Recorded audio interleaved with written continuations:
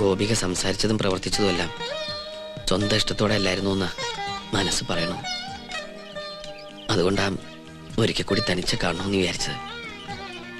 ഒരു മത്സരത്തിലൂടെ സ്വന്തമാക്കേണ്ടതല്ലോ ഇഷ്ടവും സ്നേഹമൊക്കെ. എനിക്കും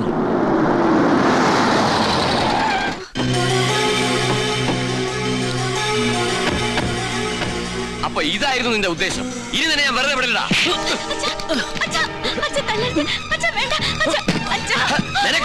തുടങ്ങിയോ?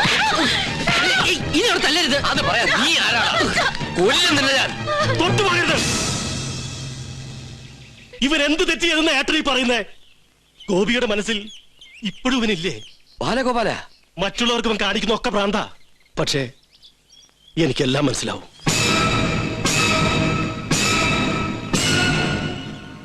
പരസ്പരം സ്നേഹിക്കുന്നവരെ ഒരുമിപ്പിക്കുന്നതിൽ കവിഞ്ഞ് മറ്റൊരു പുണ്യവും എനിക്ക് കിട്ടാനില്ലെന്ന് ഞാൻ മനസ്സിലാക്കി. നിനക്ക് ഗോപിയെ വിവാഹം കഴിക്കണം. ഞാൻ സഹായിക്കാം. അതിശയിക്കണ്ട. ജീവിതത്തിൽ ഒരു നല്ല കാര്യങ്ങൾ ചെയ്യട്ടോ. നിന്റെ അമ്മാവൻ ഇന്ന് രാത്രി 11 മണിയാവുമ്പോ കൊട്ടാരത്തിന്റെ പിൻഭാഗത്തുള്ള നെൽപ്പുരയിൽ വന്നാ മതി. ഞാൻ അവളുമായിട്ട് അവിടെ എത്താം.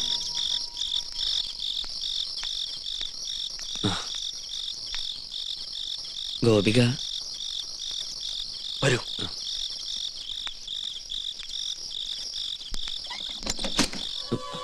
എന്താ?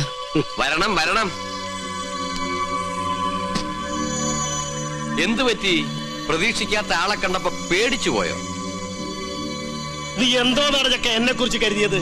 ഇനി നീ ജീവിച്ചിരുന്നാൽ നാളെ എന്റെ മകളുടെ കല്യാണം മുഹൂർത്തത്തിന് നടന്നില്ലെങ്കിലോ?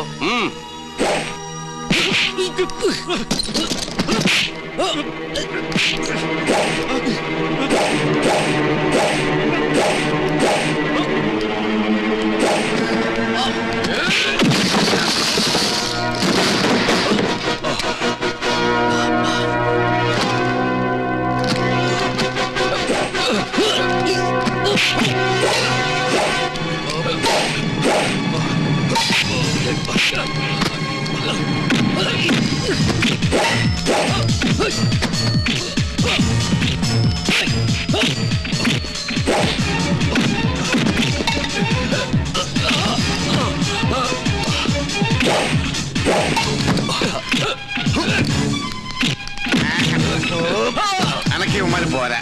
നിങ്ങൾ പോയി അടിച്ചോ.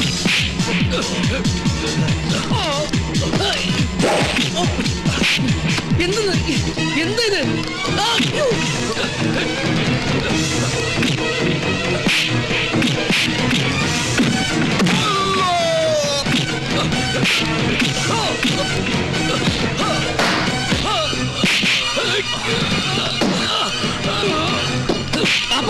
വേണ്ട, മാറ്.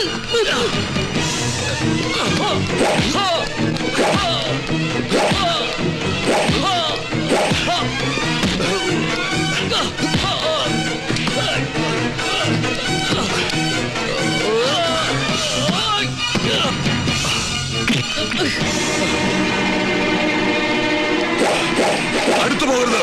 കൊന്നുകളെ ഞാൻ. നമ്മൾ തമ്മിൽ പഴയൊരു കണക്ക് ബാക്കിയുണ്ട്. അതൊന്ന് തീർക്കണ്ടേ?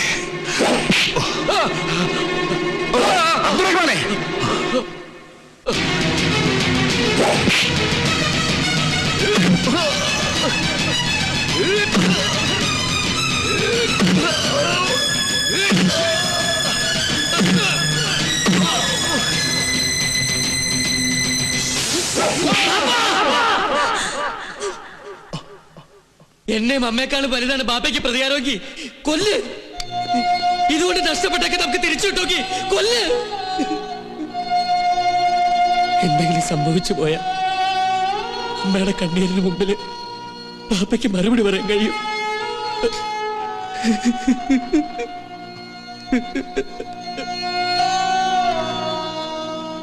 ഉദയപുരം കൊട്ടാരത്തിലെ ഏതെങ്കിലും ഒരു ജീവൻ നിനക്ക് മതിയെങ്കിൽ ഈ വൃദ്ധൻ അതിന് തയ്യാറാണ്. ഏതാണ്ട് കേട്ടിലേക്കാണ് തല്ലിക്കൊള്ളേ മാറണേ. പയ്യെങ്കിൽ മാറ്, ഞങ്ങൾ കൊല്ലാം. വേണ്ട, നിങ്ങൾ ആരും ഇതിൽ ഇടപെടണ്ട. ഇനി വേണോ നിനക്ക് ഈ ബന്ധം? വേണ്ട, എനിക്കൊന്നും വേണ്ട. ഞാൻ നന്മ മാത്രമേ ആഗ്രഹിച്ചിട്ടുള്ളൂ. കേട്ടില്ലേ കേട്ടില്ലേ ഇവൻ പറഞ്ഞത്? സ്നേഹത്തിന്റെ വിലയെന്തെന്ന് നിങ്ങൾക്ക് ആർക്കും അറിയില്ല. എടീ കൊച്ചേ, ദിവസവും ദൈവത്തോട് പ്രാർത്ഥിക്കുമ്പോ ഒന്നുകൂടി അപേക്ഷിക്കും, അടുത്ത ജന്മത്തിലെങ്കിലും മക്കളുടെ മനസ്സറിയുന്ന തന്തയ്ക്ക് പിറക്കണമെന്ന്. വിവാഹത്തിന് തടസ്സമായിട്ട് ഞങ്ങൾ ഈ ഔട്ട് ഹൗസിൽ ഉണ്ടാവില്ല. നാളെ മുഹൂർത്തത്തിന് മുമ്പേ ഞങ്ങൾ ഇവിടുന്ന് പോവാം. കല്യാണം മംഗളമായി നടക്കട്ടെ.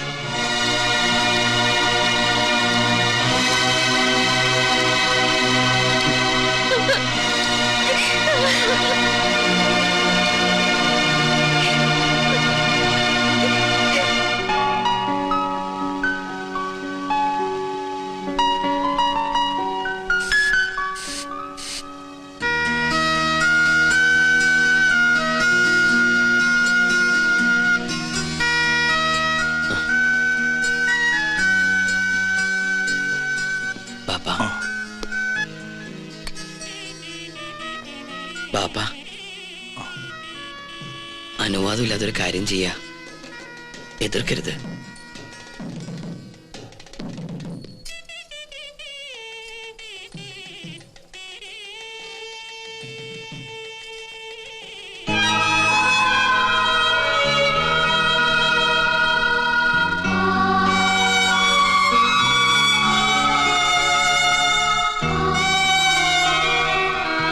ഗോവിന്ദട്ടാ, ഈ താക്കോല് വലിയ തിരുവൻ സ്നേഹിപ്പിക്കണം. പിടിച്ചു വാങ്ങിയിട്ട് തിരികെ ദാനം തരുന്നതല്ല. ഈ കൊട്ടാരം പകുത്ത് മാറ്റിയിട്ട് അതിന്റെ യശസ് കളയരുന്ന മനസ്സ് പറയണം. ഈ കൊട്ടാരം ഇങ്ങനെ ഉണ്ടാവണം എന്നും. വരട്ടെ.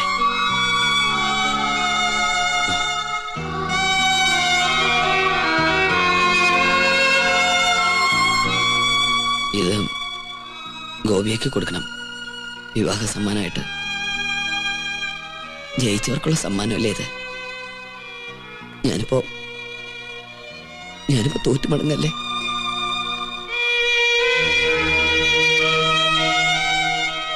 പരിശോട്ടാ, ഞാൻ ചെയ്ത തെറ്റുകളൊക്കെ പൊറുക്കണം.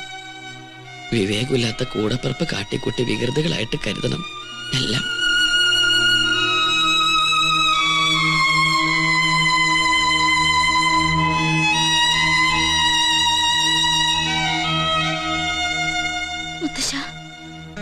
സന്തോഷമില്ലേ? എനിക്കത് മതി. മനസ്സ് നിറഞ്ഞ് അനുഗ്രഹിക്കണം.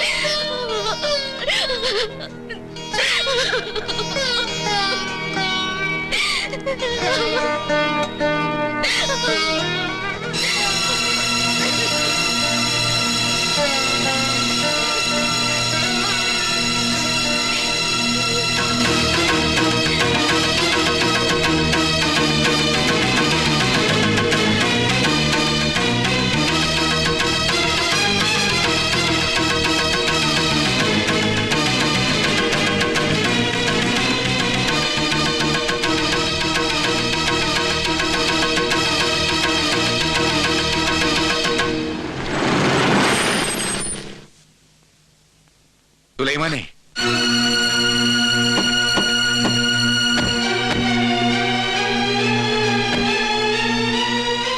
അബ്ദുറഹ്മാനെ, ഈ രണ്ട് കുട്ടികളുടെ മനസ്സ് വേദനിപ്പിച്ചിട്ടുള്ള ഒരു അന്തസ്സും ആഭിജാത്യവും അഭിമാനവും എനിക്ക് വേണ്ട.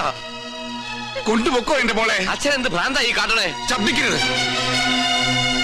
എന്റെ മോൾ കൈവിട്ടു പോയതിന്റെ വേദന 10-25 കൊല്ലം ഉള്ളിലൊതുക്കിക്കൊണ്ട് നടന്നവനാ ഞാൻ.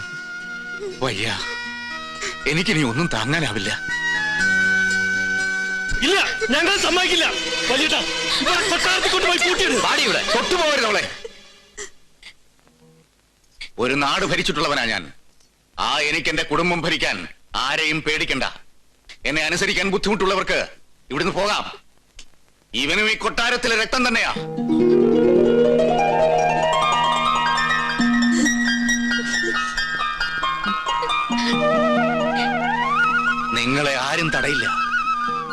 പക്ഷേ ഒരപേക്ഷയുണ്ട്. ഈ കൊട്ടാരത്തിൽ വേറെ സന്തതികളില്ല. അവസാനത്തെ കണ്ണിയാണ് എന്റെ കുട്ടി. നിനക്ക് ഇവളോടൊത്ത് ഇവിടെ കഴിഞ്ഞൂടെ?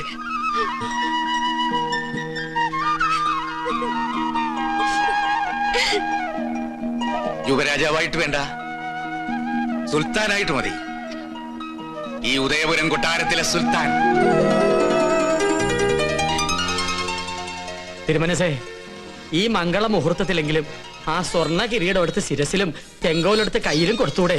അതൊന്ന് കൺകുളിർക്കെ കാണാനുള്ള ആർത്തി കൊണ്ടാണ് കേട്ടോ. മണ്ടൻ. ഓ, എടോ, അതൊക്കെ മ്യൂസിയത്തിലേക്ക് കൊണ്ടുപോയിട്ട് കാലം എത്ര മ്യൂസിയത്തിലോ? അവിടുന്ന് ഒരു കത്ത് തന്നിരുന്നെങ്കിൽ നോമത് എടുത്തോണ്ട് പോകായിരുന്നു. അല്ലെ, വരായിരുന്നു. അയ്യോ, കാണണമെങ്കിൽ ഇത്തിരി കഠിന നിഷ്ഠകളുണ്ട്. ഒരു വലിയ കാണുന്നില്ല. എന്നാ പിന്നെ ഇയാളോടൊന്ന് മാറിക്കാൻ ശുഭകാര്യം നടക്കുകയല്ലേ, നിന്നോട്ടെ. സന്തോഷായി. സർവമംഗളാന് ഭവന്തു.